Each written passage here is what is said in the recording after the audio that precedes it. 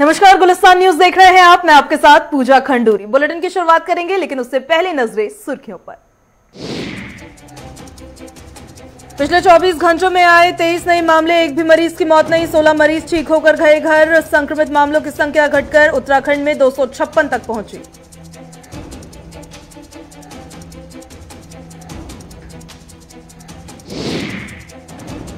देहरादून जिले में डेंगू के 3 नए मरीज मिले। डेंगू पीड़ित मरीजों की संख्या 21 तक पहुंची। आम लोगों को सतर्क रहने के दिए जा रहे हैं निर्देश।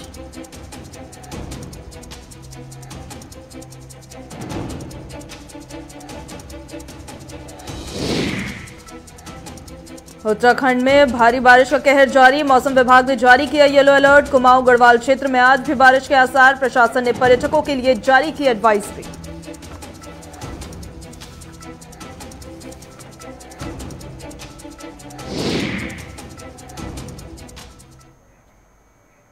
चलिए बुलेटिन की शुरुआत करते हैं। उत्तराखंड से जुड़ी तमाम अहम खबर आपको बताएंगे। देखिए, देवभूमि में कोरोना की रफ्तार में कमी आई है।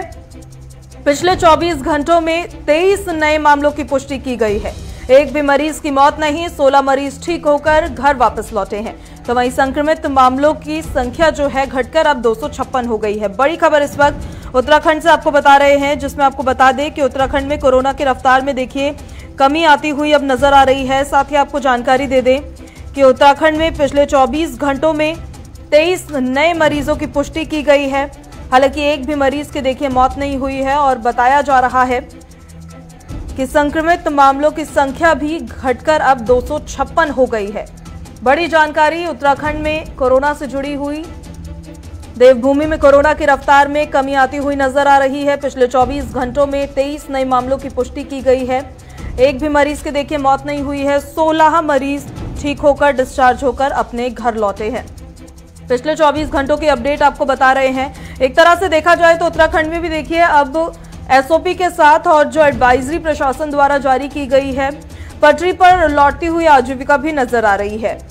पिछले 24 घंटों की अपडेट, 13 नए कोरोना संक्रमितों की पुष्टि हुई है। लेकिन फिर भी आपको बता दें कि प्रशासन जो है वो तीसरी लहर को लेकर काफी गंभीर है। अभी भी कोविड कर्फ्यू वहां जारी है। नाइट कर्फ्यू देखिए लगातार जारी किया हुआ है। तमाम एसओपी के साथ ही जो लोग हैं वहां पर रह रहे निवासी हैं वो अपने घरों से निकल सकते हैं। देवभूमि में कोरोना की रफ्तार में कमी देखिए आती हुई नजर आ रही है। साथ ही देखिए आजीविका को वापस पटरी में लाने के लिए अनलॉक की तरफ भी राज्य बढ़ रहा है। इवन प्राइमरी स्कूल्स को भी खोल दिया गया है, जिसमें आपको बताया था हमने कि किस तरह से 3 घंटे तक क्लासेस चल रही है। साथ ही ऑनलाइन क्लासेस के भी विकल्प भी जारी है। तो कोरोना से जुड़ी बड़ी जानकारी दे रहे हैं उत्तराखंड में आपको, जहां पिछले 24 घंटों में 13 नए मामलों की पुष्टि की गई है। बताया जा रहा है कि 16 मरीज जो है ठीक होकर घर वापस वो लौटे हैं। एक भी मरीज की देखिए मौत नहीं हुई है। संक्रमित मामलों की संख्या भी घटकर अब 256 पर पहुंच गई है। यहां रफ्तार कोरोना की कम होती हुई नजर आ रही है।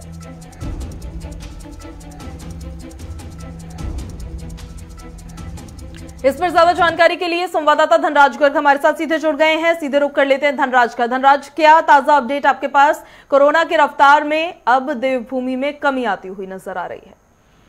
जी पूजा, बिल्कुल जिस तरीके से कोरोना की रफ्तार में अब कमी होती हुई नजर आ रही है उत्तराखंड में कि 24 घंटे की बात करें तो नए जो संक्रमित हैं वो 23 मामले निकलकर सामने आए हैं। वहीं आपको ये भी बता दें कि हालांकि एक राहत की बात यह है कि कोई भी मौत अभी 1 महीने के अंदर कोई मौत कोरोना संक्रमित की नहीं हुई है। तो कहीं ना कहीं एक राहत की बात जरूर है, लेकिन अभी भी उत्तराखंड सरकार सतर्क बनी हुई है, क्योंकि अनलॉक की ओर उत्तराखंड सरकार बढ़ रही है। तमाम स्कूल खोल दिए गए हैं। तमाम जो कोरोना की गाइडलाइंस है उसका पालन करने के लिए स्कूल संचालकों से भी कहा गया है। और साथ ही जो उत्तराखंड सरकार है वो लगातार अपील भी जनता से करती हुई नजर आ रही है। और वहीं यदि कोरोना कर्फ्यू की बात करें तो कोरोना कर्फ्यू भी अभी लागू है, लेकिन कहीं ना कहीं इसमें जो छूट है वो काफी हद तक बढ़ा दी गई है कि सभी बाजार खुलने लगे हैं और रात का जो नाइट कर्फ्यू है वो लगातार एसओपी के साथ बाजारों में क्या तस्वीर देख पा रहे हैं धनराज आप उत्तराखंड में? जी पूजा, बिल्कुल यदि एसओपी की बात करें तो एसओपी में साफ तौर पे कहा गया है कि जो सोशल डिस्टेंसिंग है इसका पालन करना होगा और कोरोना की जो गाइडलाइंस है इसका पालन करना होगा। लेकिन जिस तरीके से हम बाजारों में देखते हैं तो कहीं ना कहीं जो सोशल डिस्टेंसिंग की नियम है उनकी धज्जियां उड़ती हुई नजर आती हैं। क्योंकि जब हम बाजारों में जाते हैं तो कहीं ना कहीं लगता है, जीरो ग्राउंड पर जब हम देखते हैं कि ये तमाम लोग बाजारों में आ रहे हैं तो कहीं ना कहीं एक तरीके से भीड़ लगातार कर रहे हैं। हालांकि जिस तरह की SOP जारी की गई है इसमें साफ तौर पे कहा गया है कि इसका दुकानदारों को भी पालन करना होगा और दुकानदारों को ही ग्राहकों से कहना होगा कि वो सोशल डिस्टेंसिंग बनाकर रखें और मास्क लगाएं और साथ ही सैनिटाइजर का उपयोग करते रहें। लेकिन जब हम जीरो ग्राउंड पर उतरते हैं तो कहीं इस तरह का पालन होता हुआ नजर नहीं आता है, जो एक बड़ी लापरवाही कही जा सकती है। देखिए, बड़ी लापरवाही यहाँ पर देखी जा रही है। क्या कुछ कार्रवाई की जा रही है उन लोगों पर जो SOP का पालन नहीं कर रहे हैं, धनराज? जी बिल्कुल पूजा, जिस तरीके से प्रशासन समय समय पर कार्रवाई करता है, पुलिस प्रशासन हो या जिला प्रशासन हो, लगातार ऐसे लोगों पर कार्रवाई करता है। क्योंकि जब हम बाजारों में देखते हैं कि तमाम लोग सोशल डिस्टेंसिंग का पालन नहीं करते हैं तो कहीं ना कहीं पुलिस विभाग भी चालानी कार्रवाई करने की कोशिश करता है और तमाम लोगों के चालान भी करता है। लेकिन कहीं ना कहीं जागरूक लोगों को जरूर होना पड़ेगा, क्योंकि अभी कोरोना गया नहीं है। उत्तराखंड सरकार भी लगातार यही कह रही है कि कोरोना अभी गया नहीं है और सतर्क रहने की आवश्यकता है, क्योंकि तीसरी लहर की आशंका भी लगातार जताई जा रही है। जी, जो तस्वीर आप देख पा रहे हैं उत्तराखंड में, धनराज, आप क्या लग रहा है? देखिए, क्योंकि 1.5 साल से सभी कुछ चीजें बंद थी, धीरे धीरे अनलॉक की तरफ भी बढ़ रहे हैं, स्कूल्स भी खुल रहे हैं, बाजार भी खुल रहे हैं, आजीविका जो है लोगों की पटरी पर आती हुई दिख रही है अब। बिल्कुल पूजा, जिस तरीके से पिछले 1.5 साल से कहीं ना कहीं कोरोना काल चल रहा था तो उसके चलते कहीं ना कहीं आजीविका जो जनजीवन है वो अस्त व्यस्त होता हुआ नजर आ रहा था। लेकिन अब एक अनलॉक की तरफ प्रक्रिया चल रही है कि अनलॉक की तरफ उत्तराखंड बढ़ रहा है, तो कहीं ना कहीं जो लोग अब जो बेरोजगार हो चुके थे उनको रोजगार मिलने की संभावना जगी है और साथ ही स्कूल भी खोल दिए गए हैं। तो कहीं ना कहीं स्कूल, अब बच्चे भी स्कूल जाने लगे हैं, तो काफी समय के बाद ये स्कूल खोले गए हैं तो कहीं एक उत्साह जरूर बच्चे में देखने को मिलता है। लेकिन वही यदि बात करें कोरोना गाइडलाइंस की तो स्कूल संचालकों को भी साफ तौर पर उत्तराखंड सरकार ने SOP जारी की है कि वो भी कोरोना गाइडलाइंस का पालन करें, सोशल डिस्टेंसिंग का पालन करें और साथ ही किसी भी बच्चे को बिना सैनिटाइजर के और बिना मास्क के स्कूल में एंट्री न करने दे। साथ ही थर्मल स्कैनिंग की बात करें तो थर्मल स्कैनिंग भी लगातार स्कूलों में की जा रही है। यदि किसी का टेम्परेचर अधिक आता है तो उसको एंट्री नहीं दी जाती है। तो कहीं ना कहीं एक कहा जा सकता है कि अब कोरोना धीरे धीरे कम हो रहा है, लेकिन अभी भी सावधान रहने की आवश्यकता है, क्योंकि अभी कोरोना गया नहीं है और लगातार सतर्क रहने की आवश्यकता है। जी चलिए, ठीक है, बहुत शुक्रिया धनराज तमाम जानकारी के लिए। तो उत्तराखंड में देखिए कोरोना की रफ्तार में अब कमी आती हुई हालांकि नजर यहां पर जरूर आ रही है, लेकिन अभी भी सावधानी बरतनी बेहद ही जरूरी है और जो SOP प्रशासन द्वारा जारी की गई है उसका पालन करना भी बेहद जरूरी है, क्योंकि देखिए तीसरी लहर की आशंकाएं कहीं ना कहीं जताई जा रही है। इस दरमियान बड़ी खबर, उत्तराखंड में डेंगू जो है कहर मचा रहा है। डेंगू जिले में 3 नए मरीज मिले हैं। देहरादून जिले में बड़ी जानकारी, डेंगू पीड़ित मरीजों की संख्या 21 तक अब पहुंच चुकी है और आम लोगों को सतर्क रहने के निर्देश देखिए किए गए हैं। बड़ी खबर इस वक्त उत्तराखंड से आपको बता रहे हैं, दिल्ली से लेके पहले उत्तर प्रदेश तक डेंगू का कहर देखने को मिल रहा था और अब ये डेंगू का कहर उत्तराखंड में भी देखिए नजर आ रहा है। देहरादून जिले में ही डेंगू के 3 नए मरीज मिले हैं। वहीं डेंगू पीड़ित मरीजों की संख्या देखिए 21 तक पहुंच गई है। इस पर ज्यादा जानकारी के लिए संवाददाता विशाखा चौधरी हमारे साथ सीधे जुड़ गई हैं। रुक कर लेते हैं सीधे विशाखा का। विशाखा, पहले दिल्ली और उत्तर प्रदेश और अब इसके बाद उत्तराखंड में भी डेंगू कहर मचाता हुआ, क्या जानकारी आपके पास? जी बिल्कुल पूजा, देखिए जिस तरीके से कोरोना का ग्राफ अभी उत्तराखंड में कहिए कि नियंत्रण की स्थिति में है और आए दिन हम देखते हैं कि नीचे की तरफ कोरोना का जो ग्राफ है वो जा रहा है। उसी के चलते जो दूसरी फिलहाल एक तरीके से जो बीमारी है या फिर कहिए नई मुसीबत जो है वो डेंगू के रूप में राज्य सरकार के सामने आ रही है और तमाम जिलों से जो केसेस हैं वो आए दिन बढ़कर सामने आ रहे हैं। राजधानी देहरादून की बात करें तो जैसा आपने कहा 3 नए मरीज राजधानी देहरादून के अंदर ही मिले हैं और पूरे जो लेकर उत्तराखंड में जो संक्रमित लोगों की संख्या है वो लगभग 21 का जो आंकड़ा है वो पार कर गई है। अब देखने वाली बात यह है, इसके पीछे बहुत सारे कारण हैं क्योंकि राज्य में लंबे समय से लगातार बारिश हो रही है, तो कहीं ना कहीं जो डेंगू के जो मच्छर की जो एनाफिलीज मच्छर की जो एक तरीके से कहिए कि जो उत्पत्ति का कारण माना जाता है वो वही रुका हुआ पानी है और बारिश एक इसका सीधा सीधा संबंध इससे जुड़ता है। और कहीं ना कहीं जिस तरीके से तमाम सड़कों में गड्ढों को लेकर या फिर जो बस्तियां हैं, जो इलाके हैं जहाँ पर लोग रहते हैं वहां पर भारी पानी भरने की जो समस्या है उसके चलते डेंगू की जो संख्या है, मरीजों की संख्या है वो लगातार बढ़ रही है। एक तरफ एनवायरमेंट में पूरा मॉइस्चर है और इस मौसम में डेंगू का मच्छर सबसे ज्यादा पनपता है और यही कारण है कि शायद जो डेंगू के मरीज हैं वो लगातार उनकी संख्या बढ़ती हुई नजर आ रही है। हालांकि सरकार की तरफ से तमाम जो ऐसे निर्देश है वो दे दिए गए हैं। जो अस्पताल क्या तैयारियां हैं, प्रशासनिक तैयारियां कुछ है विशाखा? जी बिल्कुल पूजा, देखिए अभी प्रशासन की तरफ से यही कहा गया है कि जो भी रिलेटेड दवाइयां हैं या जो बेड की जो व्यवस्था है वो राज्य के तमाम सरकारी अस्पतालों में डेंगू के मरीजों के लिए की गई है। इसी के साथ साथ जिस तरीके से कोरोना को लेकर टेस्टिंग की व्यवस्था है, वही डेंगू के लिए भी बड़ी जो लेवल पर एक तरीके से जो ब्लड सैंपल लेकर जो टेस्ट किया जाता है वो व्यवस्था भी सुनिश्चित करे राज्य सरकार। तो शायद जो फिलहाल जो मरीज जो कि एक फ्लू की बीमारी समझकर फिलहाल ब्लड टेस्ट नहीं करवा रहे हैं या जिस वजह से डेंगू के जो मरीज हैं वो ज्यादा बढ़ रहे हैं, अगर टेस्टिंग समय पर करवाई जाए, ब्लड टेस्ट समय पर करवाया जाए तो शायद जो फिलहाल डेंगू का ग्राफ राज्य में बढ़ रहा है वो घटे। फिलहाल राज्य सरकार की तरफ से तमाम दवाई और जो चीजें हैं वो कहा गया है कि पुख्ता की गई है। सभी अस्पतालों से रिपोर्ट भी मांगी गई है कि कितने मरीज किस अस्पताल में सीजनल फ्लू के या फिर डेंगू के पहुंच रहे हैं और किस तरह से स्थिति को नियंत्रण किया जाए। ऐसा भी जो तमाम डॉक्टर्स हैं जो प्रशासनिक स्तर पर तैनात हैं वो कार्य कर रहे हैं। देखने वाली बात होगी कि किस तरीके से फिलहाल राज्य में, क्योंकि बारिश अभी भी जारी है, तो कहीं ना कहीं राज्य सरकार को फिलहाल जो इकट्ठा पानी कहीं कहीं जो हो रखा है या फिर बस्तियों में हुआ है या घरों के आसपास हुआ है, उस जगह को हटाया जाए, उस पानी को हटाया जाए। तो और बिल्कुल साथ ही विशाखा, जागरूकता भी एक अहम किरदार निभाती है। देखिए इस केस में यहाँ पर कि जितने ज्यादा जागरूक लोग होंगे वो पानी की स्टोरेज अगर नहीं करेंगे तो उतने कम चांसेस हो जाएंगे फिर डेंगू का खतरा और ज्यादा बढ़ जाने के भी। तो क्या जागरूकता अभियान भी कोई चलाया जा रहा है, लोगों को जागरूक किया जा रहा है? जी बिल्कुल पूजा, देखिए जागरूक होना सबसे ज्यादा जरूरी है, क्योंकि पिछले साल दिल्ली में जो कहर डेंगू का देखने को मिला और कोरोना को लेकर जो स्थिति बनी, वो जाहिर तौर पर जागरूकता एक बड़ा जो एक तरीके से बचाव है वो बन जाती है। और जाहिर तौर पर डेंगू के लिए भी जो बचाव कार्य हैं वो राज्य सरकार की तरफ से किए जा रहे हैं, चाहे वो एडवर्टाइजमेंट के माध्यम से हो या अस्पतालों में दी गई जो सूचना है उसके माध्यम से हो, डॉक्टर्स के माध्यम से हेल्पलाइन नंबर जो जारी किए गए हैं उसके माध्यम से हो। तो जाहिर तौर पर जागरूकता एक बड़ा बचाव हो सकती है। और नागरिक स्तर पर अगर हम बात करें तो जाहिर तौर पर क्योंकि डेंगू एक लंबे समय से भारत में बीमारी चलती आ रही है, तो जो एजुकेटेड लोग हैं कम से कम उसमें यह जागरूकता अवेलेबल है कि डेंगू की क्या स्थिति है और किस तरीके से निपटा जा सकता है। लेकिन फिर भी क्योंकि जहाँ पर मलिन बस्तियां हैं या जहाँ झुग्गी झोपड़ियां बनाकर लोग रहते हैं वहां पर यह स्थिति ज्यादा भयंकर देखने को मिलती है, तो वहां जागरूकता कार्यक्रम कराने की जरूरत है राज्य सरकार।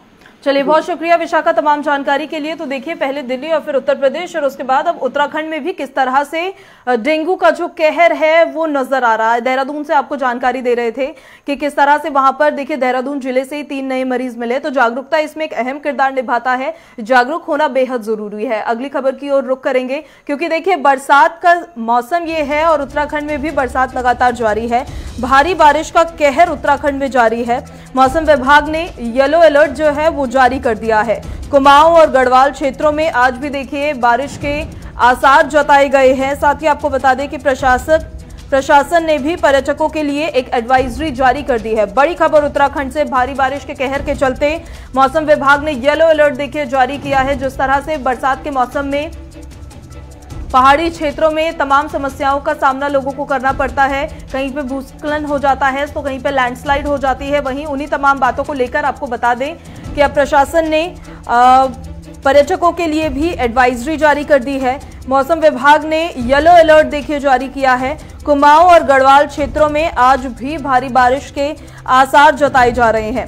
ऊपर से ये कोविड काल है और कोविड के काल के साथ साथ बरसात भी एक तरह से दोहरी मार जो है वो पहाड़ी क्षेत्र के लोगों पर भी पड़ती हुई नजर आती है। साथ ही देखिए चारधाम यात्रा की भी शुरुआत हो चुकी है, तो उसमें भी तमाम गाइडलाइंस और तमाम नई एसओपी जो जारी की गई होगी उससे जुड़ी हुई बातें आपको बताएंगे। एडवाइजरी फिलहाल प्रशासन ने पर्यटकों के लिए जारी कर दी है। मौसम विभाग ने येलो अलर्ट देखिए पूरे राज्य में जारी कर रखा है। कुमाऊं और गढ़वाल क्षेत्र बताया जा रहा है जहां पे देखिए आज भी भारी बारिश के आसार जताए जा रहे हैं। भारी बारिश का कहर अभी भी उत्तराखंड में जारी है।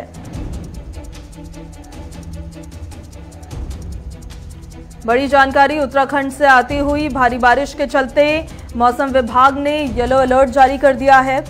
साथ ही आपको बता दें कि कुमाऊं और गढ़वाल क्षेत्रों में आज भी बारिश के आसार जताए जा रहे हैं।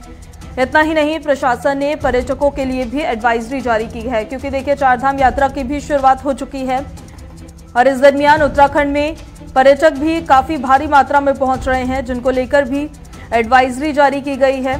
कोविड की गाइडलाइंस के साथ साथ बरसात को लेकर भी एडवाइजरी जारी की गई है। कुमाऊं और गढ़वाल क्षेत्रों में बताया जा रहा है कि आज भी भारी बारिश हो सकती है। साथ ही आपको बता दें कि पहाड़ी क्षेत्रों में बारिश होने पर जब भारी बारिश होती है, कई मार्ग भी देखिए बंद हो जाता है, यातायात कितना ज्यादा प्रभावित हो जाता है, तो काफी ज्यादा अहम फिर इसको माना जाता है। उत्तराखंड में आज भारी बारिश को लेकर आसार जताए जा रहे हैं। कुमाऊं रीजन बताया जा रहा है, साथ ही गढ़वाल रीजन बताया जा रहा है, जहां पर भारी बारिश आज हो सकती है। और साथ ही आपको बता दें कि प्रशासन ने पर्यटकों के लिए भी एडवाइजरी जो है वो जारी कर दी है।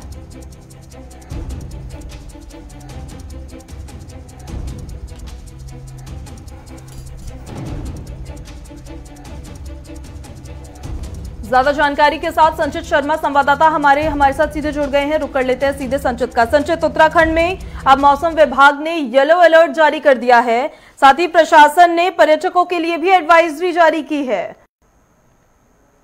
जी देखिए, आपको बताऊंगा कि जिस तरीके से लगातार जो मौसम विभाग है वो अलर्ट समय समय पर जारी कर रहा है, उसी को देख करके जो येलो अलर्ट जारी किया गया है, तो उसी में एक जिस तरीके से खतरे की संभावना उत्तराखंड के अंदर भारी बरसात को लेकर के बनी थी, तो उसमें प्रशासन ने एक एडवाइजरी जारी की है। साथ ही साथ उन्होंने जारी करते हुए बताया कि जो पर्यटक उत्तराखंड में आ रहे हैं वो खास तौर पर जो पहाड़ी जिले हैं जहाँ पर बारिश की ज्यादा संभावना जताई जा रही है, जहाँ पर भूस्खलन की समस्या हो सकती है और यहाँ पर लगातार समस्या रही है, उन क्षेत्रों में जाने के लिए पर्यटकों को थोड़ी पाबंदियों के साथ जाना पड़ेगा। साथ ही साथ उन्होंने कहा है कि जहाँ पर पर्यटक जाए, जहाँ पर पर्यटकों को पहाड़ी क्षेत्रों में जाना है, तो वो ध्यान रखिए कि काम है जो पुलिस से दिशा निर्देश में ही वहाँ पर पहाड़ी क्षेत्रों में ट्रैवल करें। देखिए, चारधाम यात्रा की भी शुरुआत संचित हो गई है, और इस दरमियान क्या क्या पाबंदियां देखिए रहेंगी, क्या क्या गाइडलाइंस रहेंगी, क्या जानकारी? देखिए, चारधाम यात्रा को लेकर के जिस तरीके से अब चारधाम यात्रा खोल दी गई है, साथ ही साथ चारधाम यात्रा में जो लोग आएंगे उनके लिए जो कोविड प्रोटोकॉल है सबसे पहले वो अनिवार्य होगा। उनको कोविड प्रोटोकॉल के तहत ही उत्तराखंड के अंदर आना होगा और चारधाम यात्रा करनी होगी। साथ ही साथ देखिए, जो व्यवस्थाएं हैं उसको लेकर के जो पहाड़ी क्षेत्रों में लगातार बारिश भी जारी है, तो दोनों ही चीजों का ध्यान रखे प्रशासन ने ये एडवाइजरी बनाई है। और ये एक तरीके से जो नोटिस जारी किया है उसमें ये बताया कि जो भारी बारिश के चलते जो क्षेत्र है वहां पर से जो चारधाम यात्रा के लिए लोग आएंगे उनको लगातार जो गाइडलाइन का पालन करना होगा। कोविड गाइडलाइन की अगर बात करें तो सोशल डिस्टेंसिंग और मास्क वगैरह का इस्तेमाल करना होगा। देखिए, एक तो कोविड काल चल रहा है, ऊपर से बरसात भी, एक तरह से देखा जाए तो उत्तराखंड वासियों पर दोहरी मार, क्योंकि देखिए पहाड़ी इलाका है और पहाड़ी इलाकों में जब बरसात होती है खतरा काफी बढ़ जाता है। जी देखिए, जिस तरीके से कोरोना काल भी चल रहा है और भारी बरसात का शहर भी इस वक्त उत्तराखंड के अंदर है, तो इससे देखिए जिस तरीके से बरसात के कारण जो डेंगू है वो डेंगू भी उत्तराखंड के अंदर पनप रहा है। लेकिन बात अगर कोरोना की करें तो धीरे धीरे जो कोरोना की रफ्तार है वो उत्तराखंड के अंदर कम होती नजर आ रही है। कोरोना का ग्राफ है वो उत्तराखंड में टूटता हुआ नजर आ रहा है। साथ ही साथ आप देखिए जिस तरीके से जो लगातार जो संक्रमितों की संख्या है उसमें जो मौतों का आंकड़ा है, सबसे पहले मौतों का आंकड़ा थमता हुआ नजर आ रहा है। साथ ही साथ जो संक्रमितों की संख्या है वो भी कम होती उत्तराखंड के अंदर नजर आ रही है। तो ये एक अच्छी बात उत्तराखंड प्रदेश वासियों के लिए हो सकती है और एक बड़ी सौगात मानी जा रही है कि जिस तरीके से उत्तराखंड में कोरोना का कहर कम होता जा रहा है, तो कहीं ना कहीं उत्तराखंड के लिए एक अच्छी बात है। साथ ही साथ सरकार लगातार ये बात कह रही है कि कोरोना की जो रफ्तार है वो भले ही कम हो गई हो, लेकिन कोरोना कम उत्तराखंड के अंदर या कोरोना भी गया नहीं है, जिसके लिए सरकार समय समय पर जो गाइडलाइंस है उनका पालन करने के लिए कहती है। साथ ही साथ जो तमाम जागरूकता अभियान सरकार द्वारा चलाए भी जा रहे हैं और साथ ही साथ जो पर्यटक उत्तराखंड के अंदर आएंगे और उत्तराखंड में रह रहे तमाम लोगों के लिए ये बात कही गई है कि वो लगातार कोरोना की जो रफ्तार है भले ही कम हो गई, लेकिन थर्ड वेव आने की आशंका जो जताई गई है उसको लेकर के उनको कोरोना गाइडलाइन का पालन अनिवार्य होगा। साथ ही सतर्क रहना भी बेहद जरूरी होगा। संचित, बहुत शुक्रिया आपका तमाम जानकारी के लिए। तो उत्तराखंड में देखिए जिस तरह से भारी बारिश का कहर के चलते मौसम विभाग ने येलो अलर्ट अब जारी कर दिया है। बताया जा रहा है कि कुमाऊं और गढ़वाल इन क्षेत्रों में आज भी बारिश हो सकती है। अगली खबर की ओर रुख कर लेते हैं। उत्तराखंड चुनाव होने में कुछ ही वक्त अब शेष रह गया है और उससे पहले जुबानी जंग जो है वो भी तमाम पार्टियों के बीच में छिड़ गई है। कांग्रेस और बीजेपी में जुबानी जंग छिड़ी है। ये जंग अब तेज होती नजर आ रही है। बीजेपी सांसद अनिल बलूनी ने हरीश रावत पर वार किया है। साथ ही आपको बता दें कि बलूनी ने ताबड़तोड़ हमले किए हैं हरीश रावत पर। बलूनी ने आपको बता दें कि कहा है कि हरीश रावत ने सैनिकों के खून से रंगे हाथ वाले को भाई कहा है।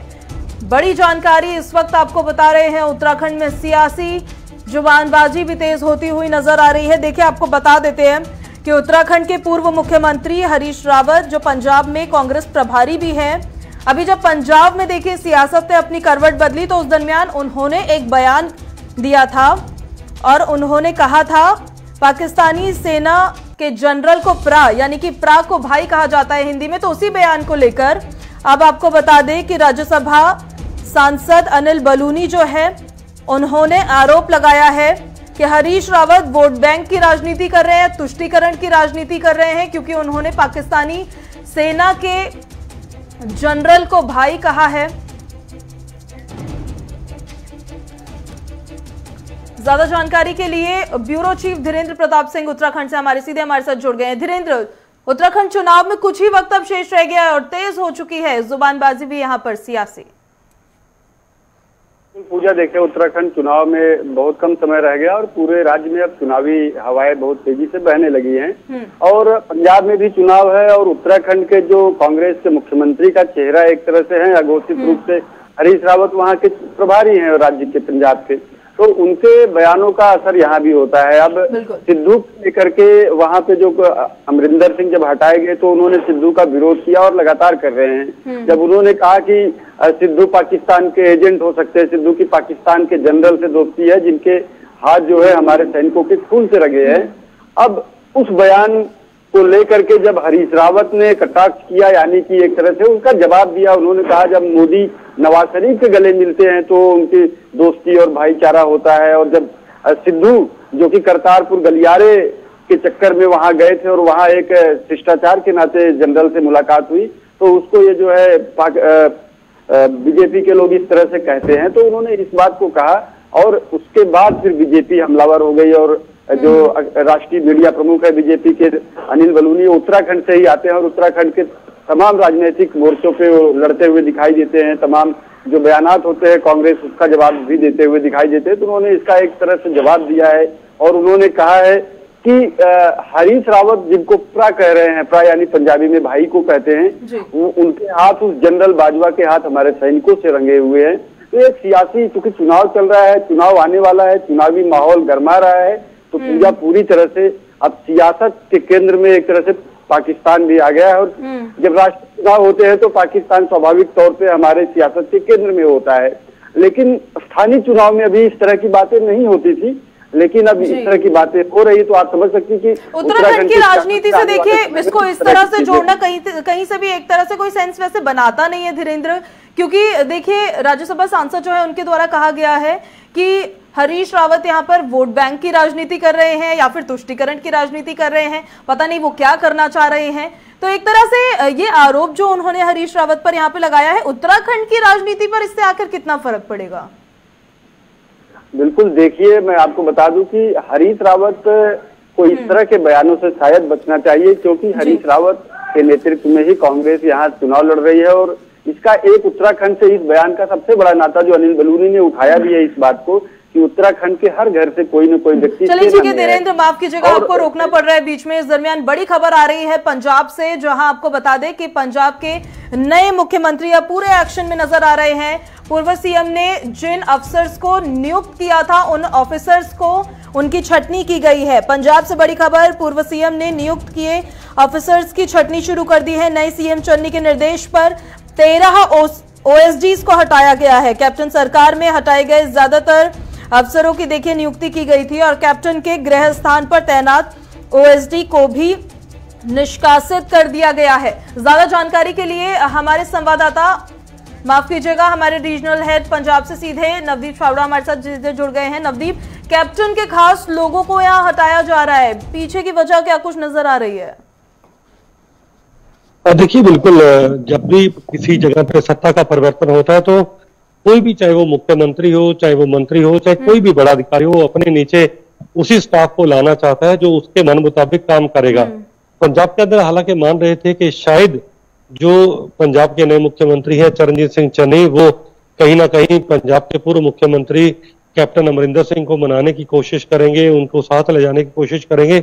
लेकिन जो उनके तेवर लग रहे हैं उससे वो साफ है कि अपने मुताबिक वो काम करना चाहते हैं और हर जगह पर अफसर उनको अपने मुताबिक चाहिए। यही कारण आप देखिए कि आते ही उन्होंने सबसे पहले अपने जो स्पेशल प्रिंसिपल सेक्रेटरी उनको बदलाव किया, प्रिंसिपल सेक्रेटरी को चेंज कर दिया और उसको देखते हुए कहीं ना कहीं जब 13 OSD हटा दिए गए, लेकिन 6 से 7 अफसर ऐसे हैं जो खुद बे खुद जो है अपना पद छोड़कर चले गए। तो ये कारण आप देखिए पूरी तरीके से साफ है कि नए मुख्यमंत्री जो है, क्योंकि उनके पास समय बहुत कम है और वो चाहते हैं कि उनके अधिकारी ऐसे होने चाहिए जो उसी तरीके से 15 घंटे काम कर पाए। एक तरह से देखा जाए अपने हिसाब से काम यहाँ पर सीएम चन्नी करवाना चाह रहे हैं, लेकिन देखिए कैप्टन की नाराजगी को क्या वो साध पाएंगे, क्योंकि उन्हीं के देखिए खास लोगों को हटाया गया है। अहम भूमिका कैप्टन भी निभाते हैं पंजाब की राजनीति में। देखिए पूजा, जिस तरीके से अब मुख्यमंत्री जो पूर्व थे कैप्टन अमरिंदर सिंह, उनको उपेक्षित किया जा रहा है, तो उनके बागी सुर बागी तेवर भी साफ तौर पर देखने को मिल रहे हैं। कल भी देखिए कैप्टन अमरिंदर सिंह का एक बयान आया, उन्होंने साफ कहा कि वो नवजोत सिंह सिद्धू को कभी सीएम बनने नहीं देंगे और अगर वो चुनाव के अंदर कूदेंगे जब भी नवजोत सिद्धू, तो उनके खिलाफ एक मजबूत सबसे कद्दावर नेता को वो उतारेंगे।